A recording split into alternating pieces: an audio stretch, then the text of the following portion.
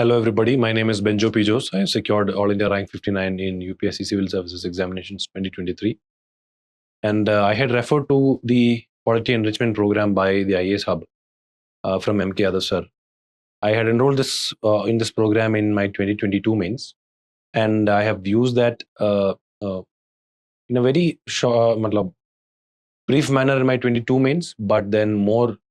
I had worked on it more in my 23 mains, and I had used it extensively in my 23 mains. And I had found that one of the most important features of QEP was it gives all the relevant value additions in a very structured manner. So, based on the themes of the QEP, the themes of the QEP are at the time that I had got it was about 15.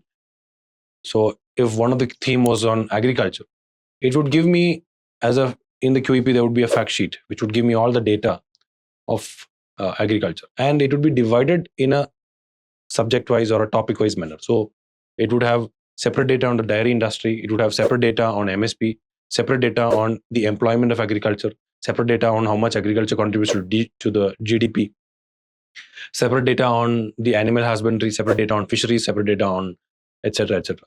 So this is one of the most important features of the QEP that I liked.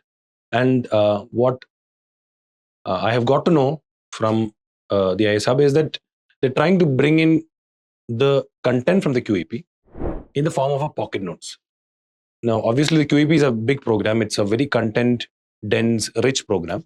However, I think the thing that I have with me, the pocket notes, what the pocket notes have is it's like this big. So what the pocket notes have is mainly all the relevant data that is there in the QEP material. So whatever data and fact sheet that are there, the most relevant and the most important of those data. And secondly, many of the diagrams and the graphs and these graphs and pie charts. And so these things are given in a very structured manner. And so I think this would be a really good addition to anybody's content, anybody's mains preparation just immediately before the mains. If you have a hold of the notes that are there in these QEP notes, QEP pocket notes, then you would be able to add some sort of data, some diagram or some graph to your answers. And another thing is, I think this is again entirely free. I think this pocket notes, as far as I know, that we have, the IAS Hub is trying to bring it for free. So in that way, I think it's a very relevant and highly useful sort of material that anybody could have. One of the most important things and interesting things that I got to know from the contents while I was going through the notes is the 1% data. So the 1 percentage points data is very relevant, and it is divided in the form of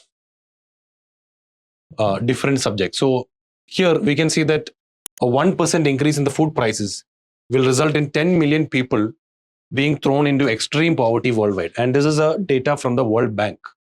Similarly, a 1% increase in agricultural income will result in 0.5 to 1.5% decrease in poverty, again by the World Bank. So you can see how very interesting data is given in the form of this 1% format. So it is given for governance and social justice. Similarly, if you come a little bit niche, then you have in security, 1% increase in cybercrime in India will result in the loss of around 8,000 to 13,000 crore rupees, according to the NASSCOM. So let's imagine a question comes on cybersecurity, on the importance of cybersecurity for the economy. So UPSC usually connects different aspects, and if they ask, what is the impact? What are the negative impacts of cybercrime on the Indian economy? And they'll ask you for multi-dimensional impacts of the cybercrime on Indian economy. Then one of the best data that you can give is this: 1% increase in cybercrime will result in about 8,000 to 13,000 crore rupees of loss, according to the NASSCOM. So there would be no better introduction than this way. And the best part is it's very easy. It's very simple to understand. Just a 1% increase. Everything is a 1% or a 1 degree Celsius or a 1% increase or a 1 degree Celsius increase or 1.5 degree Celsius increase.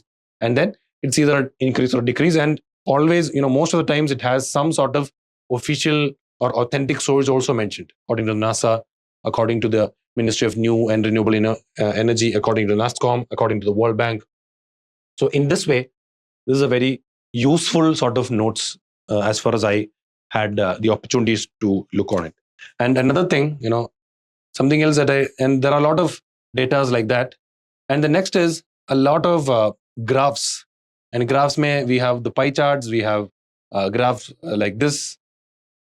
So the benefit of a graph in GS mains, I think, is that it reduces the disinterest that the bore that the examiner would have by seeing repeated number of data. But if you see here, this is a common data that everybody is writing. Everybody will write, which is what is the sectoral contribution of each of the sectors of the economy. How much is agriculture contributing? How much is industries contributing? How much is services contributing? Now, this is given in the form of a graph. The benefit of this is, इसमें आपको what was the contribution of agriculture in the 1960s? That was about nearing 55, 56% or nearing 60%. And then from 60%, agriculture's contribution has decreased to 15%. That is being evident from this data. So the benefit of this is everybody would usually be presenting the data as this key. This is the sectoral contribution. Or we would just write key agriculture contribution has reduced from about nearing 60% to 15% today. However, if we make a graph like this, then it will, number one, save some time, and number two, will be a much better way to present the answer. All right. So, and this is something that I want to talk about, the QEP notes. And I really found it to be relevant and useful. So do check out QEP notes. It's free. And I hope it will also add value to your mains preparation. Thank you.